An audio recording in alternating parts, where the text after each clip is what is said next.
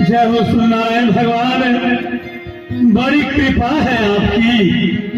जब से मैं शुभ समाचार अपने कर्म देश से सुना हूँ, मानो हृदय में अति आनंद प्राप्त हो रहा है। ऐसा मेरे हृदय में एहसास अर्थात विश्वास हो रहा है। मेरे गृह के अंदर साक्षात परमानंद का अवतार हो गया है। फिर जिन प्रभु का नाम लेकर जीव मात्र सुख और आराम पाते हैं, भवसागर सिंधु से पार जाते हैं, वही साकेताधीश नर के रूप में मेरे गृह में जन्म ले लिए हैं। महामंत्री जी, अब आप विलंब न करें और विलंब गुरुदेव भगवान के आश्रम पर जाएं, उन्हें आदर सम्मान के साथ बुलाकर मेरे पास ले आए और आज इस दरबार को आम कर दिया जाए। जो जाचक बनकर आता है उसे अजाचक बनाकर विदा किया जाए। गुरु बस से कहा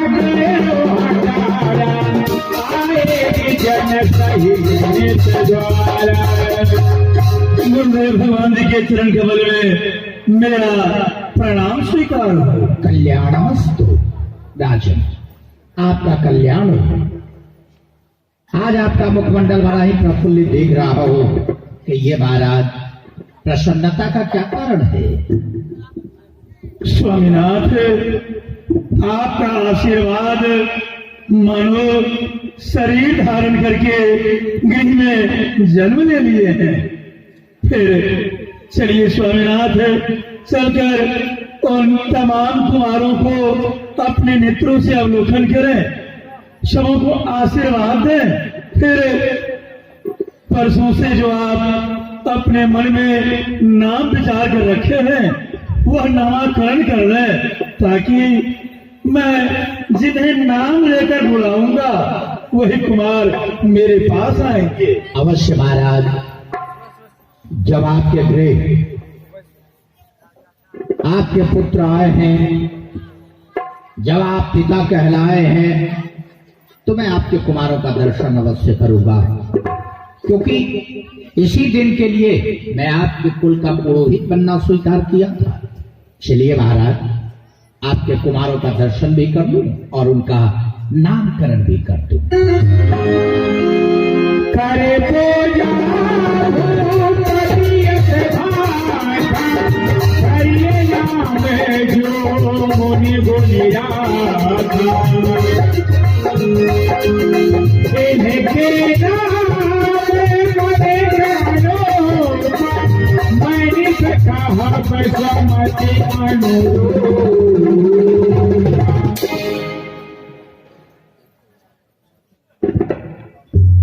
स्वामीनाथ, ये चारों कुमार हैं।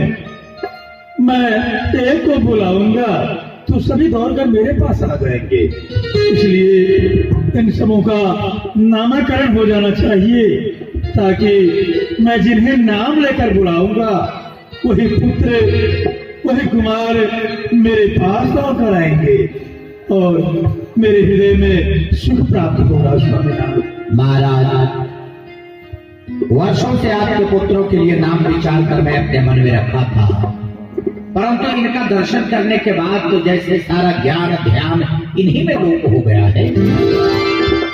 अब मेरी समझ से परे हो रहा है, आपके कुमारों का क्या नाम रखूं मेरी समझ में नहीं आता, क्योंकि इनके तो अनेक नाम हैं। कौन सा नाम उचित होगा, कौन सा नाम अनुचित, ये मेरी समझ से परे हो रहा है। फिर भी लौकिक रीति के अनुसार नाम होना आवश्यक है, तो मैं आपके कुमारों का नाम अपनी मति के अनुसार रखने जा रहा हूं। अब ध्यान से सुनिए। आनंद सिंधु सुखुरासे शिखरते त्रैलोक सुपासी। राजा, ये जो आपके सबसे बड़े सुपुत्र हैं, महारानी कौशल्या के गर्भ रत्न ये आनंद सिंधु के राशि हैं, आनंद के सिंधु हैं, आनंद को भी आनंद देने वाले सुखों के धाम हैं, जिनकी थोड़ी सी दया पाकर सकल लोग विश्राम पाते हैं। कितनी दया! तो समंदर में सीख डुबो दे और सीख को बाहर निकाले, उस सीख में जितना जल आएगा उतनी कृपा यदि इनकी प्राप्त हो जाए तो सकल लोक विश्राम पाते हैं। तो जो आनंद सिंधु के राशि है, आनंद को भी आनंद देने वाले हैं, सुखों को सुख देने वाले आनंद के धाम है। आपके ऐसे कुमार का नाम मैं अपनी मति के अनुसार राम नाम रखता हूं। बोलिए प्रभु श्री रामचंद्र की जय। विश्व भरना पोषण कर जोए, ताकर नाम भरत अस होय। और ये जो आपके दूसरे कुमार हैं, महारानी कैकेयी के सुपुत्र, इनके द्वारा विश्व का भरण पोषण होगा। अर्थात उदय से अस्त तक जो आपके साम्राज्य की सीमा है, एक ऐसा समय आएगा जब अयोध्या साम्राज्य विषम परिस्थिति के दौर से गुजर रहा होगा। ऐसे में आपके इस दूसरे कुमार के द्वारा आपके संपूर्ण साम्राज्य का भरण पोषण होगा। तो जिनके द्वारा विश्व का भरण पोषण हो, आपके ऐसे कुमार का नाम मैं भरतलाल रखता हूं। बोलिए श्री भरतलाल की जय। जाके सुमिरना तेरी पुनासा, नाम सतोहन वेद प्रकाशा। और ये जो आपके सबसे छोटे कुमार हैं, महारानी सुमित्रा के दूसरे अर्थात सबसे छोटे पुत्र, इनका लक्षण तो ये कह रहा है कि आपके सबसे छोटे पुत्र का जो कोई नाम लेगा उसके शत्रु का दमन हो जाएगा, उसके शत्रु का नाम निशान। आपके छोटे कुमार का नाम सुनकर ही शत्रु का कलेजा दहल जाएगा। तो जिनका नाम मात्र स्मरण करने से, जिनका नाम सुनकर शत्रु का दिल दहल जाए, जो शत्रु के दिल को दहला देने वाला हो, आपके ऐसे कुमार का नाम तो रिपु दमन होना चाहिए। आपसे आप इन्हें शत्रुघ्न कहकर बुलाएंगे। बोलिए श्री शत्रुघ्न लाल की जय। लक्षण धाम राम प्रिय, सकल जगत आधार, गुरु वशिष्ठ तेरा था, लक्ष्मण नाम उदार। और ये जो आपके तीसरे पुत्र हैं, महारानी सुमित्रा के ज्येष्ठ पुत्र अर्थात आपके तीसरे पुत्र, इनके ललाट की रेखा कह रही है कि इनके अंदर समस्त लक्षण का वास है। ये मानो सारे लक्षणों के धाम हैं। लक्षण कैसे? जैसे शेषनाग के लक्षण हो, वैसे लक्षण इनमें दिखाई दे रहे हैं। और इसमें एक विशेष बात है, जो सबके आधार है। आपका ये तीसरा पुत्र उनका अत्यंत करीबी होगा, उनके साथ साथ रहने वाला होगा, उनसे कभी अलग नहीं हो पाएगा।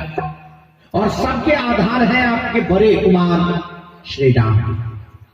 तो जो सबके आधार हैं, ये उनका अत्यंत करीबी होगा।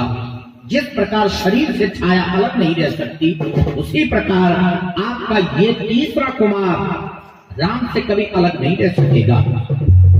जो समस्त लक्षणों के धाम है, आपके ऐसे कुमार का नाम मैं अपनी मति के अनुसार लक्ष्मण रखता हूं। बोलिए श्री लखनलाल की जय। राजन, वैसे तो आपके चारों पुत्र मानो पुत्र नहीं, वेद के तत्व हैं। मानो चारों वेद पुत्र बनकर आपके गृह में आ गए। आपके कुमारों की कीर्ति, इनका यश सदा ही उज्जवल रहेगा और इन चारों भाइयों की प्रीति परस्पर सदा बनी रहेगी। ये सभी दीर्घायु होंगे और खासकर राम लक्ष्मण की जोड़ी और भरत शत्रुघ्न की जोड़ी संसार में प्रख्यात होगी। महाराज, अब आप समय देते अपने राज के नापित को बुलाकर कुमारों का चूड़ाकरण करावे, यज्ञोपवीत करके गुरुकुल शिक्षा के लिए भेज देंगे। जो आज्ञा गुरुदेव, मैं ऐसा ही करूंगा।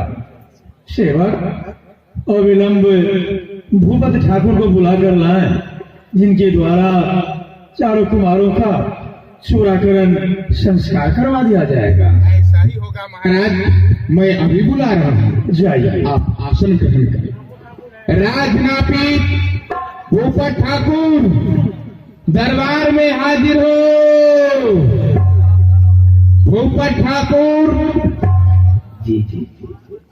महाराज के श्री चरणों में भूपत ठाकुर का प्रणाम स्वीकार हो महाराज। जय हो। कहिए महाराज। ठाकुर। हाँ भूपत ठाकुर महाराज। नाई समाज में आप सबसे चतुर और चालाक हैं। मैं आपको इसलिए बुलाया हूँ, जो इन्हें देखिए, ये चारों हमारे पुत्र हैं। चारों बालकों का चूड़ाकरण संस्कार करना है। जैसी आज्ञा हो महाराज। आप अविलंब अपने हाथ से चारों कुमारों का चूड़ाकरण संस्कार कर दीजिए। क्यों नहीं महाराज, आपके आदेशानुसार आपके चारों पुत्र का चूड़ाकरण बाल मुंडन मैं अवश्य करूंगा। आप निश्चिंत रहिए। अवश्य। हाँ, आज मेरा भी अभाग्य है जो महाराजा दशरथ के यहाँ चार पुत्र जन्म लिए हैं और मेरे हाथों से इन चारों पुत्र का चूड़ाकरण बाल मुंडन होगा। क्यों नहीं? अरे आज तक ऐसा सुंदर बालक तो कहीं देखा ही नहीं।